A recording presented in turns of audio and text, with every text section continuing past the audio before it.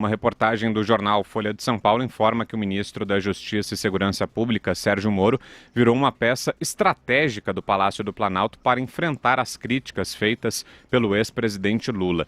Desde a decisão pela espera ao trânsito em julgado, Moro se contrapôs ao STF, reagiu a Lula e pressionou o Congresso para a volta da prisão logo após condenação em segunda instância. Por orientação do Planalto, Bolsonaro e seus ministros não deveriam se manifestar sobre o entendimento adotado pelo Supremo. No entanto, diante da agressividade do discurso do petista após a libertação, Bolsonaro tem reavaliado a forma de reagir e deve ampliar a resposta, assim como os ministros. Diga aí, Constantino. É exatamente isso. A campanha para a eleição de 2022 começou com a saída de Lula da prisão. Nordeste é o destino escolhido por ambos por questões óbvias e existe um interesse mútuo também nessa polarização entre supostamente extremos, a extrema esquerda e a extrema direita, chamemos assim. Então é óbvio que para o Bolsonaro é muito interessante que exista a ameaça da volta do PT e do Lula, e ele colocando-se como a única alternativa viável, como antípoda do Lula, como já falamos aqui, isso é interessante a ele, porque asfixia assim, qualquer possibilidade de centro-esquerda a centro-direita, qualquer postura mais moderada, porque se trata de uma guerra, uma eleição plebiscitária, o inimigo é conhecido, é o Foro de São Paulo, é a ameaça comunista, é a Venezuela, e por aí vai, o que tudo isso são premissas verdadeiras. Então, nesse aspecto, essa narrativa é muito útil a Bolsonaro. Tudo que mais assusta o bolsonarismo hoje é a possibilidade de alguém como centro-esquerda, como Luciano Huck, ou alguém como centro ou centro-direita, como Partido Novo ou João Dória, apresentarem-se como uma alternativa contra essa polarização excessiva. Então, é óbvio que isso tá dado, é a nova realidade da cena política e já vai ser usado e abusado por ambos os lados, e é isso que estamos vendo. Dito isso, Vitor, eu não aceito essa equivalência, e eu sei que boa parte da mídia vai fazer assim. É natural até, em parte, que seja assim, porque o Lula é uma figura de destaque no mundo da política, é verdade, ele tem influência, ele ainda controla algumas legiões ali, umas claques e tudo mais, apesar de estar evidente que perdeu muita força isso, até porque, à medida que a mortadela vai se escasseando, o apoio voluntário, entre aspas, ao Lula também vai diminuindo. Mas nós temos que trazer com um pouco mais de tranquilidade aqui os pingos nos is. Nós estamos falando, de um lado, de um presidente legitimamente eleito, que é o presidente da República, que está governando o país, inclusive com pouquíssimos, para não dizer quase nenhum escândalo de corrupção de fato. Tem lá a presença incômoda do seu ministro do Turismo, isso está sendo muito explorado, mas a verdade é que estamos chegando daqui a pouco ao final do primeiro ano de mandato e não tem nenhum grande escândalo político e as coisas estão indo, as reformas importantes foram aprovadas, o ministério foi montado basicamente de forma técnica, a relação com o parlamento não tem mensalão, e até onde os olhos alcançam, isso inclusive gerou um protagonismo maior do próprio Congresso, e por aí vai, tudo isso que é mais ou menos sabido. Do outro lado, nós temos um bandido, do outro lado, nós temos um preso, um condenado que só não está mais preso por conta de uma decisão absolutamente polêmica, esquisita do Supremo Tribunal Federal. Mas nós não podemos deixar essa realidade de lado. Não existe uma equivalência moral ou política quando se fala a agenda do Lula e a agenda do Bolsonaro. É como se você falar que o Marcola tem uma agenda, porque se for solto amanhã. O Lula é um bandido, o Lula é um sujeito que foi condenado em 2 instâncias com fartas provas, na terceira instância, inclusive, no caso do triplex, e vem mais aí. Porque as condenações são bastante sólidas e embasadas, como no caso do sítio Atibaia, por exemplo. Então, não dá para tratar com essa equivalência. Já tem alguns jornalistas mais assanhados falando que agora, inclusive, estão achando até boa a polarização, alguns, porque isso é saudável, é uma democracia saudável, é porque talvez eles estivessem sentindo falta do líder que estava enjaulado, que é o seu principal pugilista nessa guerra, nesse boxing, Mas em que pese todo o radicalismo de alas do bolsonarismo que precisam ser criticadas e condenadas, e eu faço isso com frequência, não dá para colocar em pé de igualdade uma coisa ou outra. Eu não aceito essa premissa. Não, o petismo e o bolsonarismo, Lula e Bolsonaro.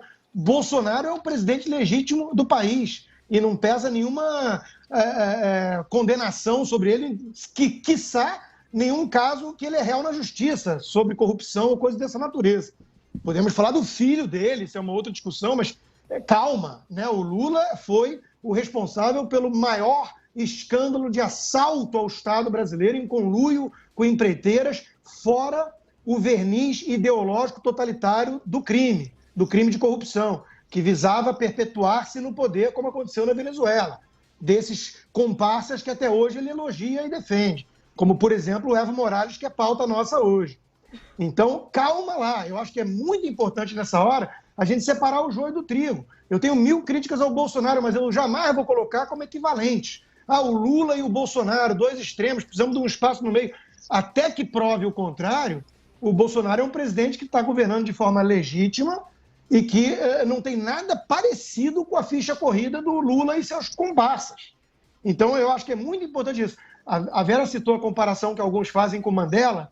Eu não quero nem entrar nessa polêmica agora, porque essa comparação é útil para o PT, porque há uma distorção muito grande em relação a quem foi Mandela.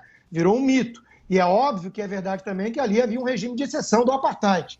Mas Mandela era, sim, um comunista que flertava com métodos num regime de exceção, né, que alguns vão achar mais defensáveis, métodos até terroristas em alguns casos. Agora, se eles querem comparar Lula com Mandela, pelo menos vamos até o limite da comparação. Mandela ficou preso 27 anos. Então Lula volta para a prisão e quando ele sair, ele pode bancar a vítima. Até lá, ele é um bandido que está solto por mera ocasião da injustiça do STF.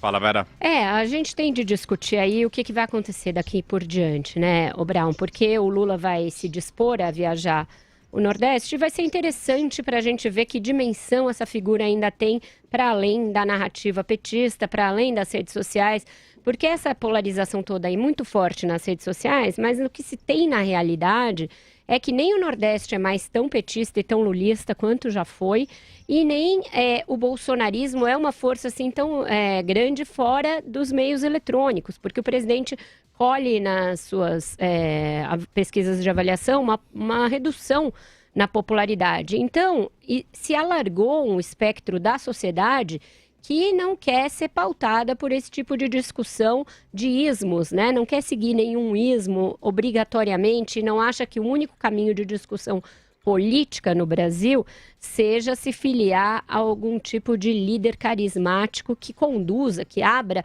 o mar ali para que as pessoas passem. Então, eu acho que é dentro deste espectro que a gente tem de conduzir as discussões daqui para frente. Tem um conjunto importante de reformas apresentadas ao Congresso.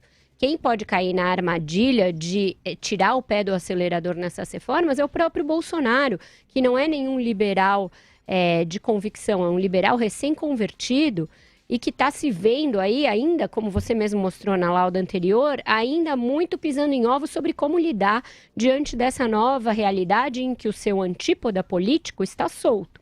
E ele, primeiro, não queria dialogar, nem discutir, nem debater com o Lula, mas terminou o domingo já citando Lula pelo nome, já falando dele, os filhos já falando dele. Então, de alguma maneira ou de outra, esta dicotomia está colocada, inclusive, no debate público por parte do presidente e dos seus aliados.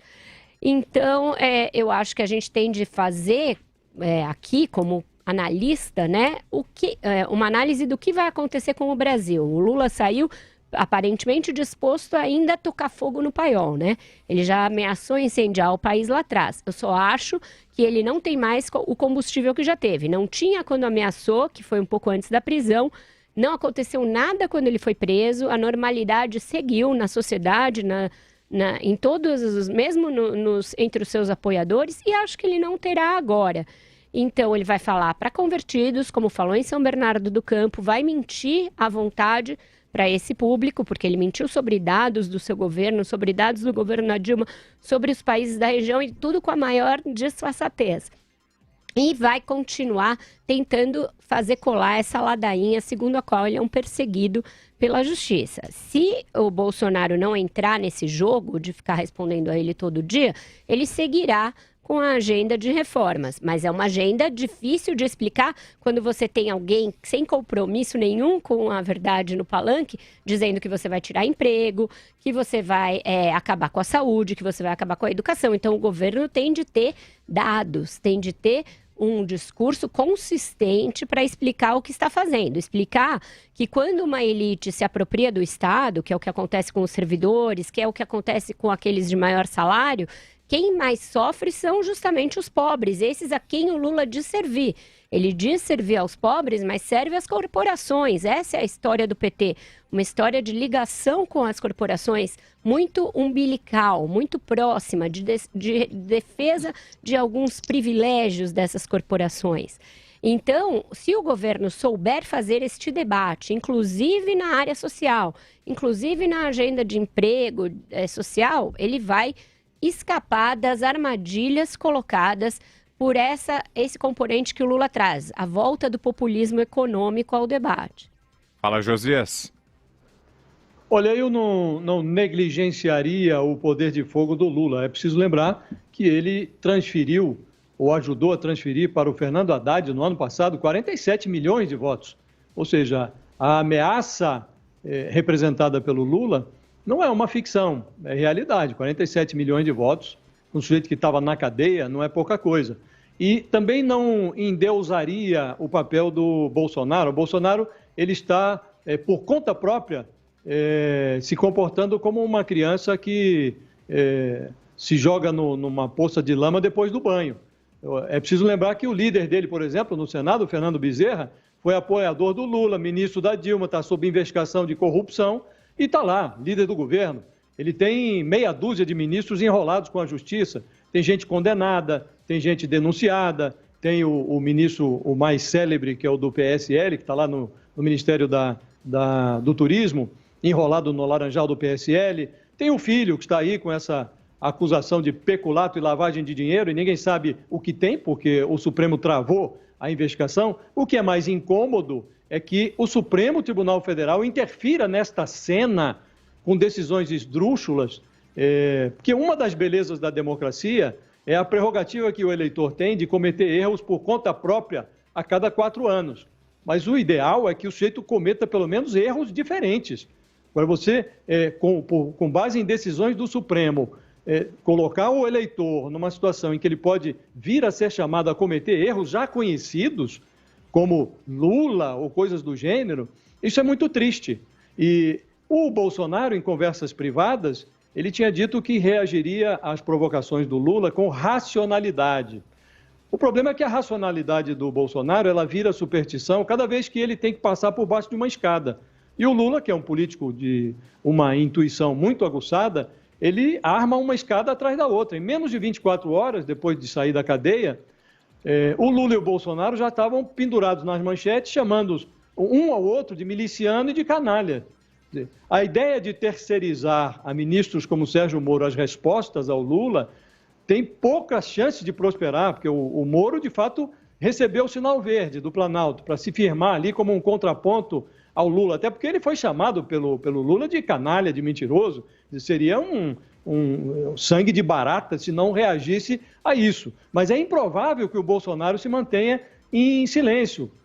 Hoje, de passagem ali por Campina Grande, na Paraíba, Bolsonaro disse, não vou polemizar, ele, o Lula, continua condenado. Essa frase tem muita lógica, mas o presidente, é óbvio que ele não deveria dar cartaz a um líder da oposição que estava na cadeia, acabou de sair da cadeia e ainda frequenta a cena política como um corrupto de terceira instância, à espera de que o Supremo anule a sentença. O problema é que a lógica do Bolsonaro é regulada pelo fígado. E as reações do governo, venham do Moro, venham do Bolsonaro, elas têm uma preocupação de poupar o Supremo Tribunal Federal. Isso é outra coisa muito evidente. O Moro diz que cabe ao Congresso reintroduzir a prisão da segunda instância no ordenamento jurídico. O Bolsonaro foi perguntado hoje o que ele acha de o Congresso aprovar uma emenda constitucional. Ele fala, eu não voto. Quer dizer, é claro que ele não vota, mas ele é um presidente da República, ele é um líder, ele tem que sinalizar o que ele deseja, mas ele está manietado, ele tem um acordo tácito ali com o Supremo. O Supremo está protegendo o filho dele e ele não quer se indispor com o Supremo. Até hoje não disse uma palavra sobre a decisão do Supremo em relação à prisão na segunda instância. Então, acho que o presidente está diante de uma cena muito envenenada, e ele faria muito bem se não desse cartaz ao Lula. Deixa o Lula perambular e ver o que tamanho ele tem. O Bolsonaro tem que governar, mostrar resultados, e mostrando os resultados, ele impede que o fenômeno volte.